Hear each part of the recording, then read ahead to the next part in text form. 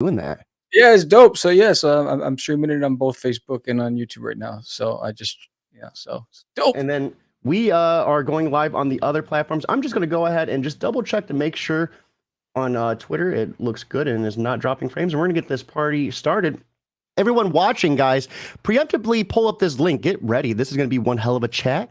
And you can get better prepared by pulling this up and checking it out with us, guys. We would love to see a back today, but if you can't back, simply putting this on Facebook and Twitter is 100% free. Word of mouth does so much work, and it costs nothing. You just simple, couple keystrokes here and there, and you are helping getting that word spread out farther and farther. So it looks like we are clear on all fronts, and we are good to go. Are you good to go? I'm good. Let's get this party started. So let's begin in 3, 2, 1. Yo, what's up, everybody? Thank you for tuning in to yet again another fantastic indie creator interview. It's your K-Producer Cody, and we're keeping it geekly with one of our very first guests, Samuel Vero. Interview number 7. This is interview 357, so 350 in between. I to this day will not ever forget you and George. You guys were so inspirational for me when I first started this. I remember my first interview with George. He's like, you're a natural, and then our talk, and you're like, yeah, dude, you keep doing this. And I really took that and ran with it, as you could see. So I seriously, every time, dude, thank you guys for that. Well, man, thank you. Thank you for the kind words. I said it to you off air, but what you did and catapulted your podcast and your basically your identity, right? You have a look, you have a feel, you have a flow. You really identified and identified your branding. Your branding is like legit, and you're killing it. You're killing the game, and so I'm excited for you, brother.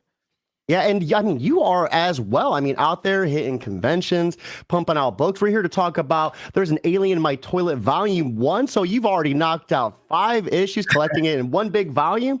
Yeah. For anyone tuning in for the first time, give us a little bit about yourself and what's been up since last time you've been on the show. Well, 7 seems to be the lucky number because it seems to be the common denominator. Episode 7, episode 357 is pretty dope. But since then, since we've talked, before then I was a brokepreneur, right? So I took some time off to try to, build my brand and work on my books. And now I'm back in the workforce. So content is not being put out as aggressively as I was before. I was doing a page to 2 pages a day, and from my comic books, we were doing like 8 episodes a week on Catch the Craze podcast. There was a lot of stuff going on, so things have slowed down and is leveled off, right? But the good thing is that my subscribers, I think when we were on your show, we were like under 500 or 400 subscribers. Now we're over 1,000. Wow! Congratulations. So, Thank you. So the popularity has grown with the channel. Since then, I've launched my art channel on YouTube, and I'm over 700 subscribers to that. And it's an active audience, which is great. I don't want just the subscribers. I want people to ask questions. I want people to comment. So that's what's great. The engagement has grown significantly, and since then,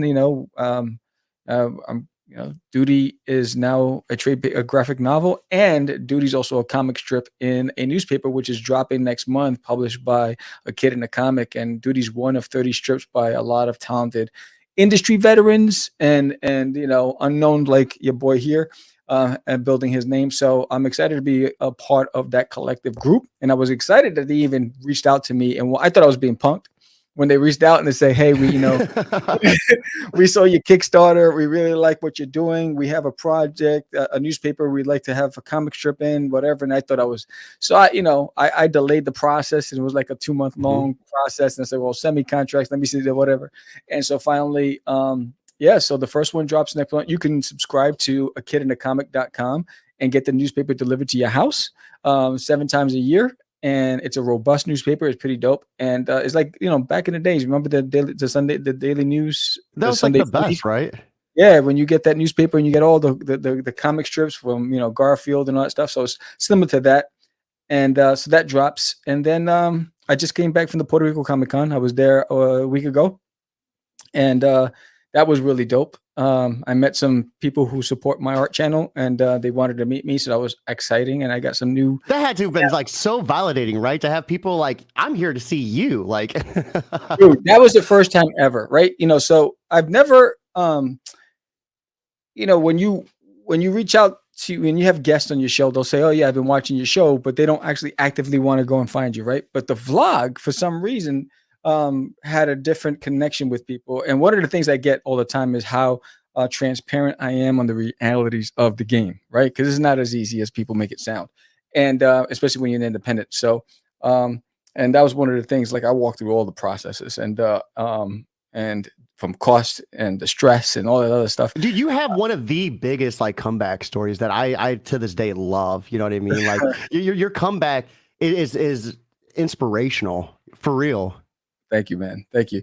It's just a hustle. I mean, I have this no quit attitude, and I really want to see. I really want my baby.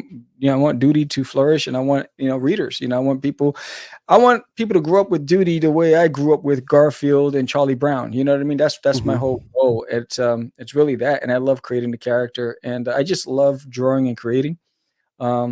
So yeah, a lot of good things have happened. Duty's in the newspaper. I'm going to do an in-store book signing on Free Comic Book Day, one of the busiest days in comic book retail history, right? Free Comic Book Day, you get hundreds of people online coming in, and I'm going to have a big table hanging out with my buddy Paul Gomez, who does Bushi Boo and PTSD.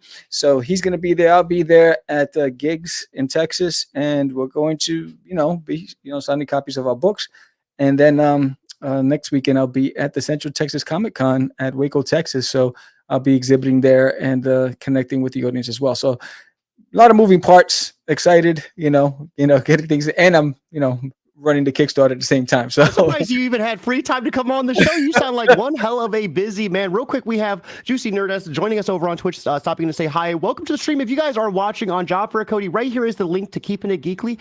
This is kind of like, just us talking, but if you go to Keeping It Geekly, you'll see an animated background with interiors flash, and we'll get to the interiors as soon as we pull up the Kickstarter. Now, Sam, what goes into taking a comic book and putting it into a comic strip? I mean, because you only have a couple panels to really get it to pop off, right? Well, what's fascinating about this Alien in My Toilet in the project, when I first created it in 2005, I created it as a comic strip.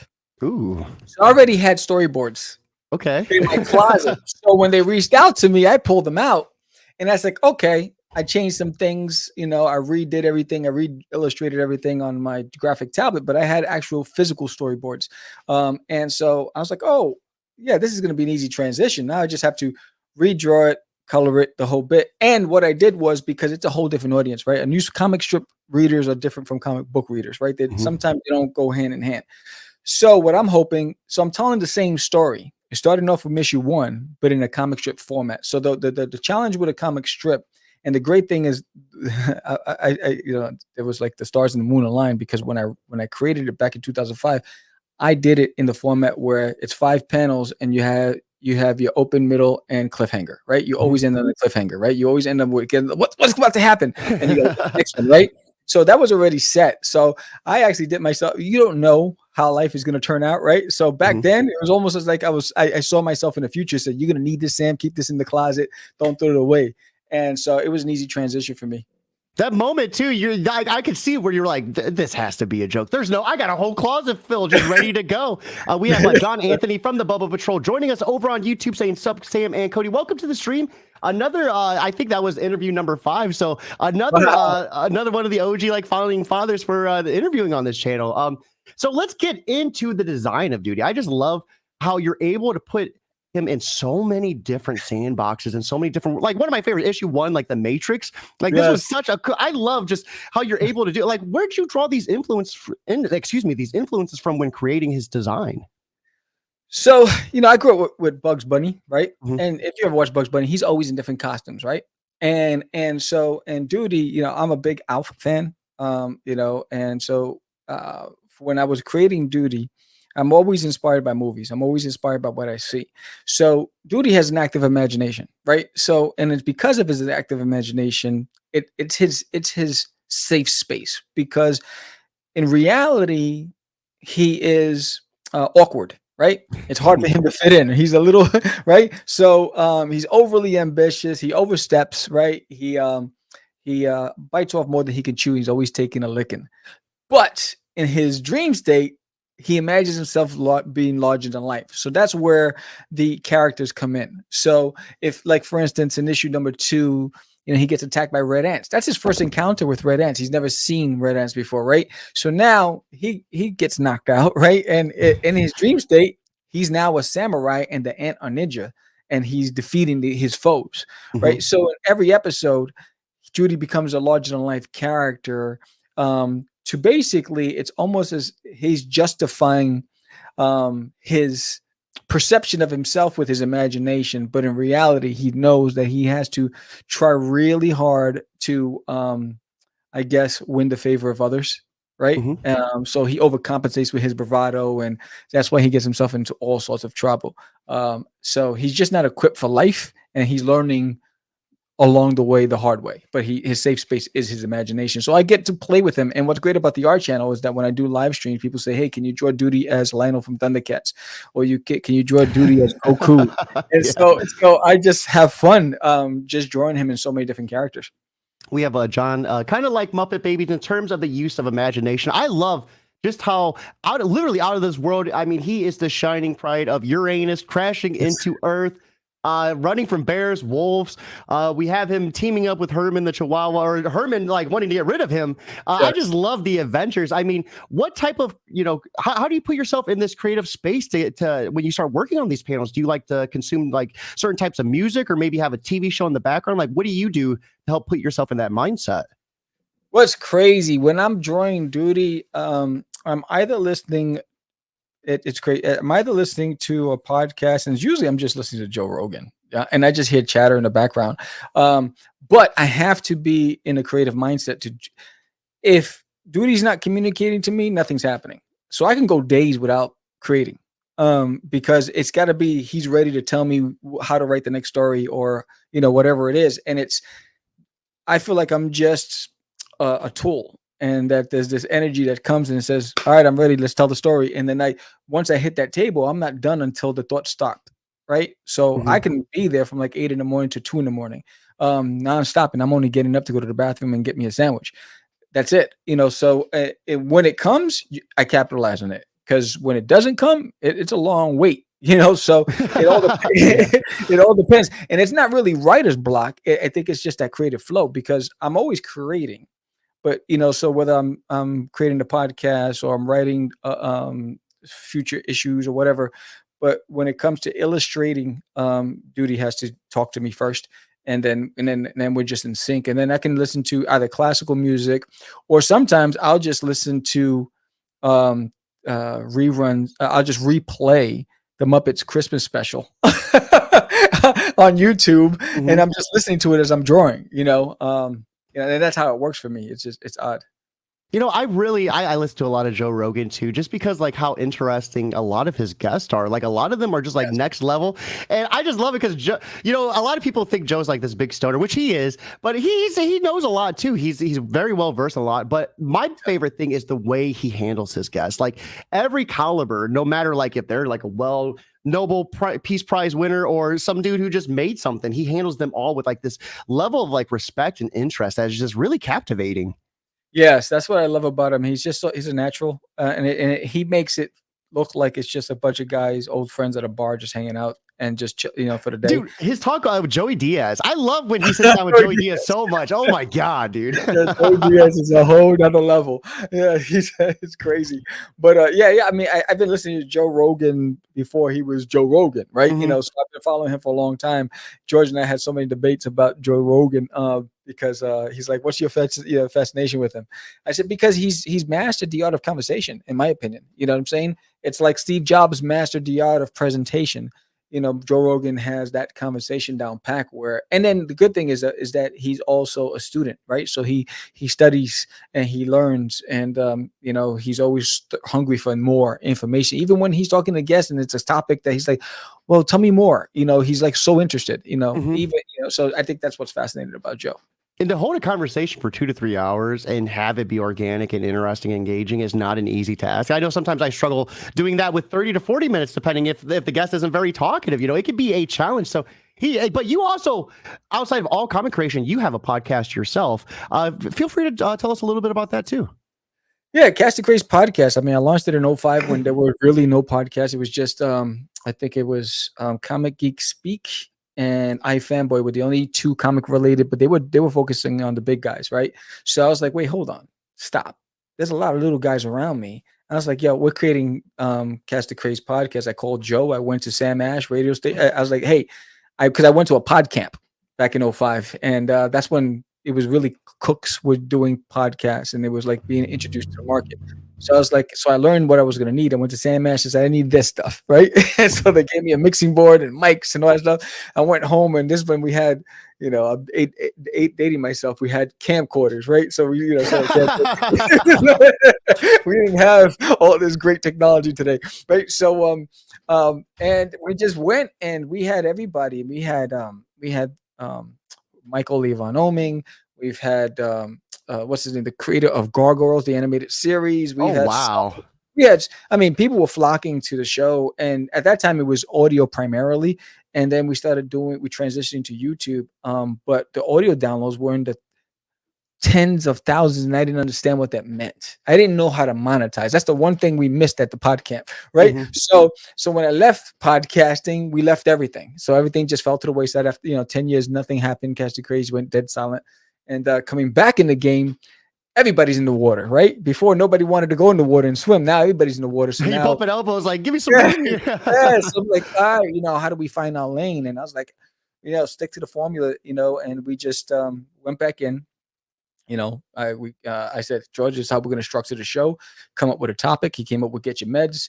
We said, all right, this is how we're going to segment it. We're going to do 25 minutes of an interview. We're going to have 15 minutes of Get Your Meds. We're going to do intro, outro. We'll have sponsors. We'll have, opening track, the whole bit. And we set it up and we just came out. And it was a long journey to get to 1,000 subscribers. That's for sure. Because we launched in 2019 and we were like, I don't know, 75 subscribers. I don't know where we were. Dude, it's a grind. It is literally like I've done Twitch. I blew up on Twitch. I think 4,500 followers. YouTube, wow. You are literally doing it sub by sub. Sometimes yes. I am promoting my YouTube like a Kickstarter some days where I'm like, hey guys, have you subbed today? Like, yes. It's a journey. But what I like about it is that we do have some loyalists that'll come out every week, and then we have people who just say, you don't want to subscribe because I dig it, but they're not really active. And then sometimes a topic might interest them and they'll show up in the live stream, or they'll put a comment in and it's like, oh, look, you haven't heard from them in a long time. So I know the listeners are there and it's growing and the views are there because, we get the analytics. So that's good. So we're just trying to build it from there. They said when you get to 1,000, it's supposed to get easier. Yeah, right. So they lied. Don't believe the hype. It's all lies. Holding on hope. No, it's all lies. YouTube makes it harder. Now you can't they don't want you just to have views on your normal. They want you to have short views as well. So they're making it harder and harder. I'm like, oh, these guys suck, right? So, but it's a grind. But I love talking to people. I love stories. For a while, it became just a promotion, right? So there was a point where we were getting nothing but everybody who was promoting the Kickstarter, and the story and building those relationships was gone, right? So I'm really more interested in the person than anything else, and I really want to know that what makes you tick. And so I was like, George, we've gone commercial. We need to tailor back to what we started out as, and I really want to know about. So talking to Paul Gomez, it was really, if you haven't seen that episode with Paul Gomez, it was just last Thursday.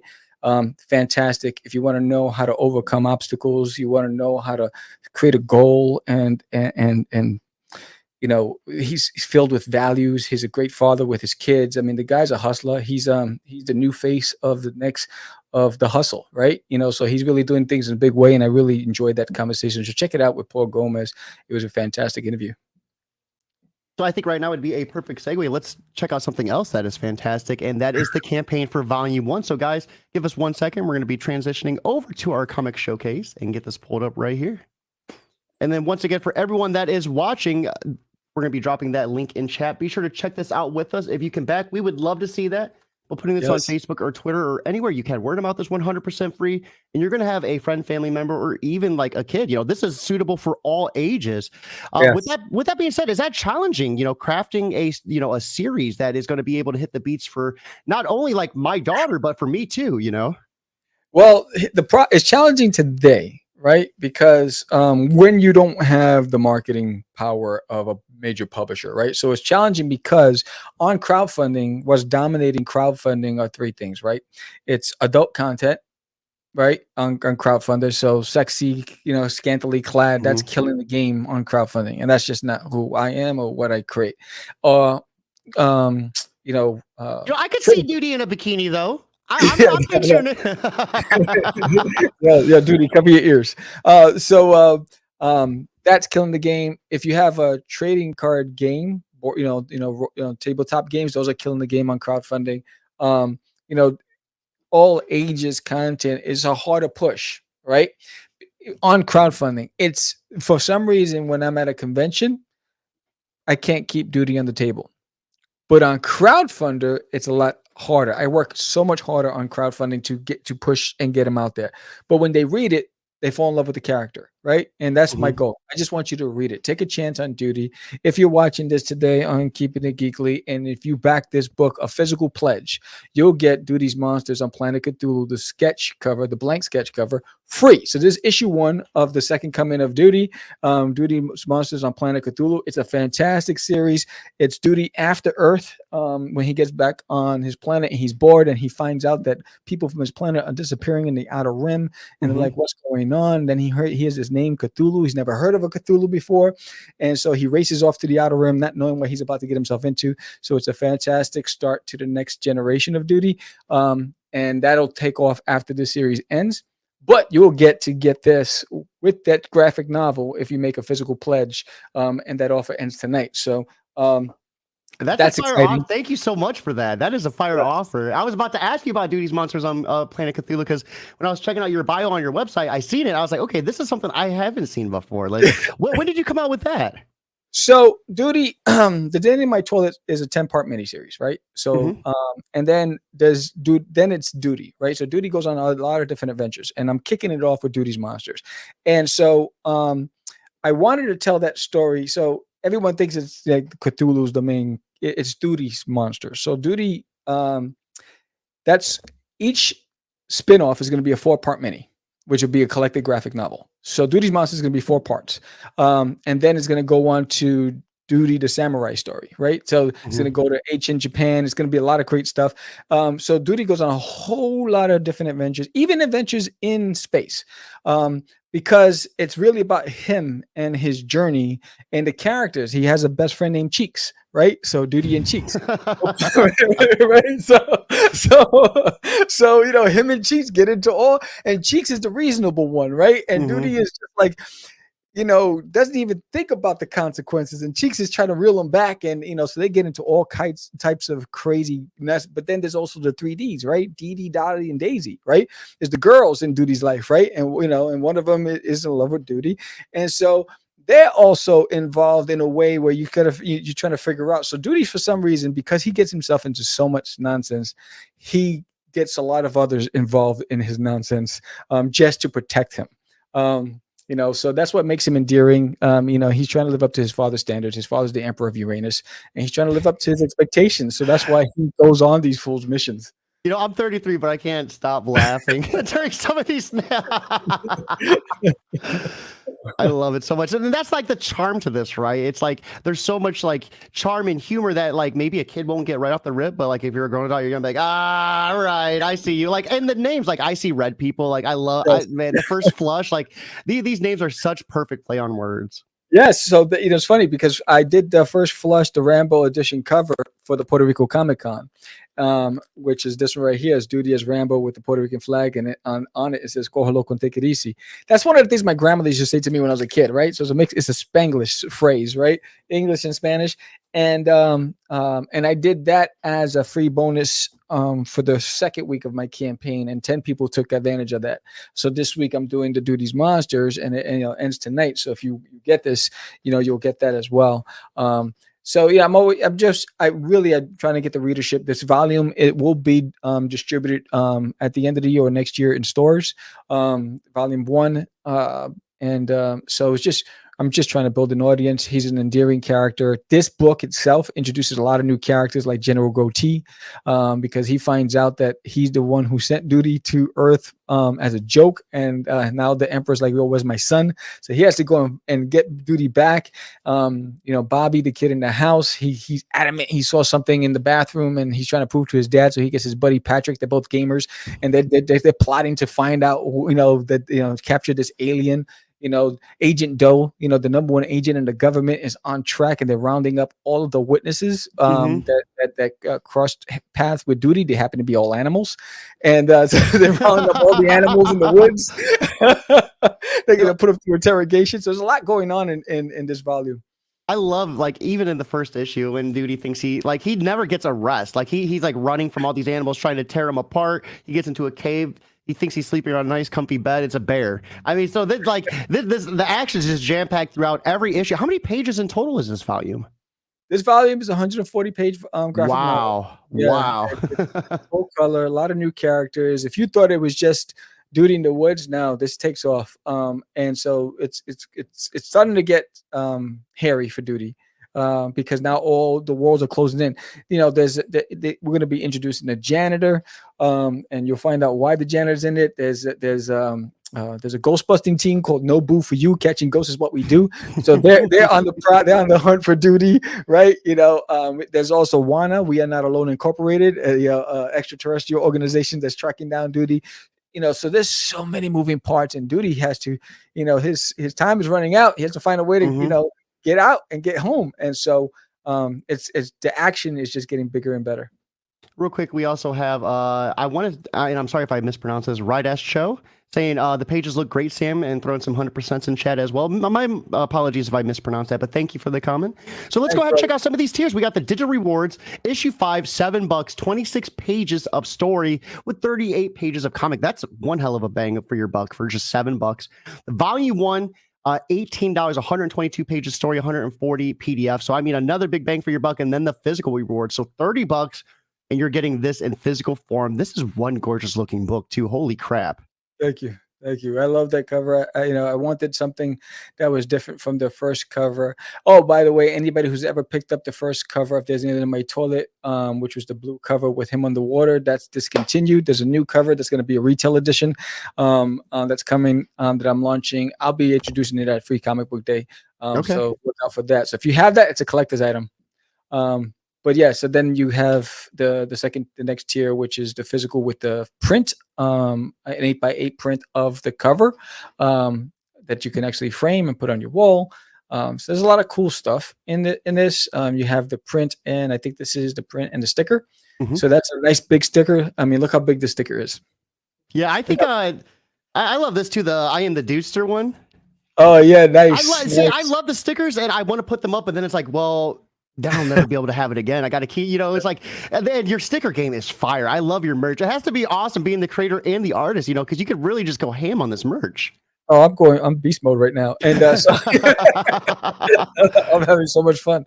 It's crazy. And I was gonna say at 55 we have the volume 1 with the print and then some original art too. So a 5x7 original art. Is this something that you've already drawn, or you're gonna like draw like at that moment? No, this is where, you'll say, draw me Duty as this, and it'll be in black and white, and I will draw it, and I'll send it to you. Is that Duty as Vancha Stampede? Yes. That's so awesome, man. That is so cool. I have that in color as a print, and that was the #1 selling print in Puerto Rico. I mean, it just came out too, so that's like perfect timing too. They just rehashed the anime, I think. That's so awesome. We at 65, volume 1 with print, you get the sticker, the original art, and then an 8x8 print as well. We have at 70 the enamel pin. This is so cool. I love how it's like a saucer with the toilet lid like right at the top. Yeah, it's like they're here. Boom. Oh, look at that. Yeah, that thing is so cool. I have the pin, and then I also have the keychain as well. So I'm jealous. I am jealous. I only have a keychain. I gotta get a pin. The pin, and so at 85 we get some more stickers as well. And then some stretch goals here. So we have the bookmark at 2,500. This cool right here, this throwback to Peanuts. Yes. That's so cool. And then at 1,500 or 4,500, excuse me, the Duty and Avatar. Did you get a chance to see that second movie? I haven't seen it yet. No.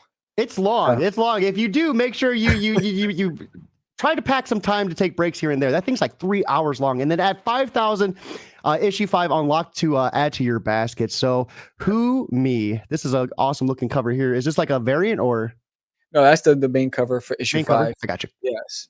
Oh, so they get that. You give them that. No, you can unlock it and add it to your Unlock it. basket at a discount.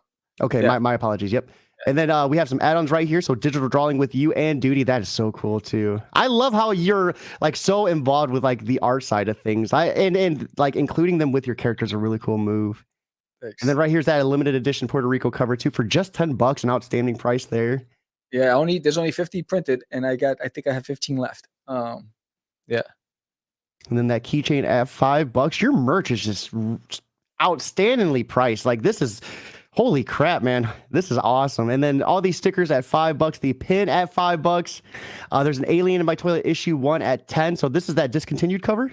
That's the discontinued cover, the new cover. It's Duty. It's Herman in the bathroom staring at the toilet as it's glowing. So that one's that was the cover, the only cover that George Medina did. I'm starting to convert my books for retail. So whatever you got online is going to be different from the stores. So what goes into converting it to retail? Do you just have to like change up the way the cover looks, or like? Well, I wanted to change it up because I wanted to make the covers that you already have from Kickstarter collectibles. And that is such a good move. Yeah.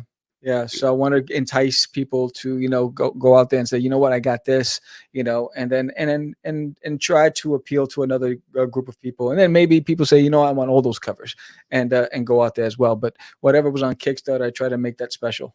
See, and because that's a problem people often run into, they'll get upset like, hey, I just got this book, and sometimes it's cheaper in the stores than it is on the Kickstarter too. It'll be the same exact cover, same exact book, and then there you will see some people out there who do get upset about that. So I think that's cool that you're changing it for retail, not only to kind of change that, but to influence people to want to get that cover too. That's a genius move. Thanks. And then we have the t-shirt at 22 as well. So awesome, man. Podcast sponsor deal, $40. What? Yeah, what? That is cheap. If you guys are watching and if you have a book, this is cheap. This is cheap. So you get 4 30-second ads promoting your work. I might have to bite on this. Yes. I got a couple of podcasters. Shout out to Story Comics. They're a sponsor. But yeah, this is $100 off of what it is on my website. And so I did it because if you add this on to your bundle, you'll get that, and you'll get 4 30-second ads on Catch the Craze. I think we got 2 sponsors from this, Paul Gomez and Story Comics.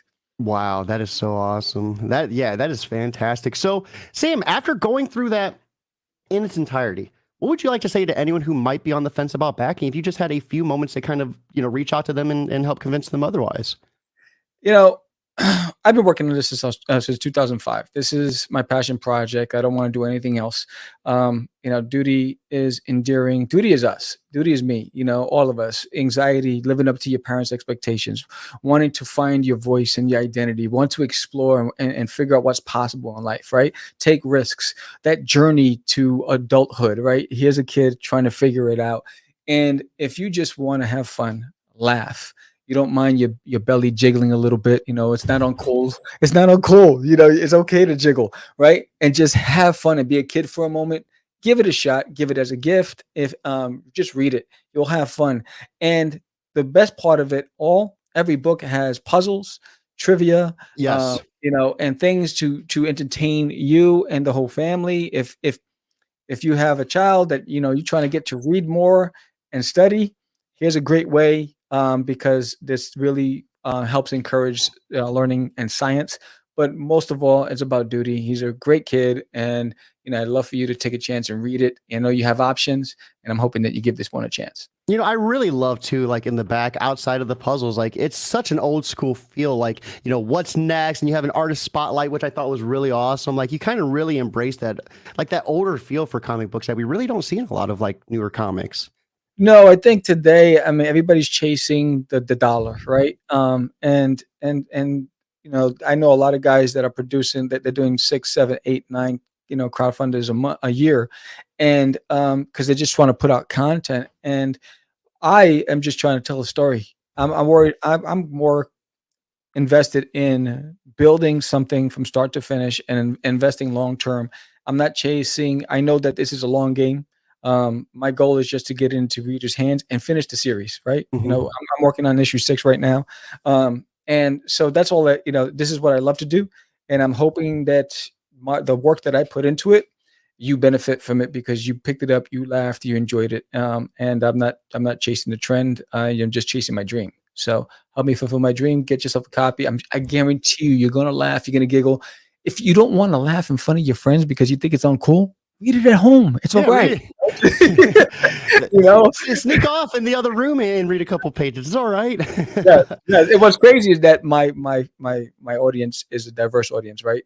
All age groups, right? So I have die-hard Duty fans who are 50s, 60s, 30s, 20s, and then I have the new generation that are just eating Duty up, and so I'm just trying to build on that. So help me, make it happen. So I think that's a perfect segue. Last time you were on the show, we asked a question in particular for anyone looking to get started. So I think right now would be another perfect time to capitalize on that. For anyone looking to chase their dream, they're just having trouble getting motivated. They're having trouble. They're just feeling down. Maybe it's not taking off the way they envisioned. Maybe they're just in that struggle, in the early stages. What would be some of your advice to kind of help them build that resilience, keep that mental endurance going so they can just push it to see it through? I will always start with the question, what happens if I don't even try? Right? So that's where I start. If I don't even try, then I'm still in the same spot. If I do try, something happens. You learn about yourself, you get creative, and you adjust, right? And that's what life is about. So what I say is if you're really passionate about it, there's no easy answer to this because it's all based on your individual experience and what you're going through. But take the steps towards answering those questions for yourself and learn to have fun with it. Don't make it about expectation, make it about self-fulfillment, right? Hmm. How am I going to feel if I did this? And then try to, again, if you missed that episode, watch it with Paul Gomez. He struggled with dyslexia, and he made a goal to read 300 pages in a month, which is hard when you have dyslexia. And Yeah. 8 hours a day was invested, and it took him a month, 8 hours a day, to read 300-page book. But what it did for him and his confidence at the end of that journey catapulted him to where now he has publishers bidding for his projects, someone who couldn't even write and focus. So it's possible. You just got to ask yourself, what am I willing to do to make it happen? And then just run. Don't worry about the feedback or the comments. Everybody has an opinion. Worry about you and how it's going to make you feel. And if you can look yourself in the mirror every day and say, you know what, today I did better than yesterday, you're one step better than a lot of people. So keep working forward and keep dreaming and reach for the stars, man. I'm about to run off this podcast and start reaching for them right now. I mean, a lot of people don't realize, like, I had a speech impediment until I was like 6 or 7. I didn't talk until I was like 6 or 7. Took years of speech therapy. I mean, I had a stuttering problem a little bit. Pronunciations are still my weak point, but I'm taking it upon myself to like go through like the English, the chart. It's like the chart for pronunciations and Right. relearn that stuff because like you said, you really have to ask yourself, like, do you want this? And how you're going to get this, and sometimes you just have to go back over the basics and just really start hammering them back down. You got to go through your roots and redo it. So some awesome advice. Sam, before we let you go, what are you consuming outside of creating? What are you reading, watching? If you play games, what are you playing? I'm not playing games right now. I just finished watching was it The Night Shift on Okay. Netflix? It was an FBI agent, which was pretty cool. I'm watching The Mandalorian. I haven't finished it. I just watched an episode last night. I'm a little behind the times with that. I'm waiting for Jack Reacher to come back. I'm waiting for that series, and I just listen to a lot of podcasts, and I just draw and create a lot, and just produce content. But for the most part, I only get about an hour a day to watch something. It's usually when I'm getting to go to bed. That's why it's taking me so long for The Mandalorian, because I'll watch like 20 minutes and then I'm out. Mhm. Yeah, that's what I do and then I collect a lot of art of books, so I think my newest one is Crash Bandicoot, which is Oh, the that's art so of. awesome. Yes, that's my newest art book of book. So I love to learn from the people who do it and do it big. Sam's like, consume. He's like, all I do is create, man. Get out of my face with that. Everyone watching, this has been one hell of a sit down. Right here is the link once again to back this awesome campaign. And like I said, if you can't back it, simply share it. Word of mouth is 100% free. And it's the easiest thing you can do today. So with that being said, it is time for us to wrap up. Hope you all have a lovely Saturday. But most importantly, guys, keep it geekly. Peace. Right, give me 1 second. We're going to end the broadcast. So I know it's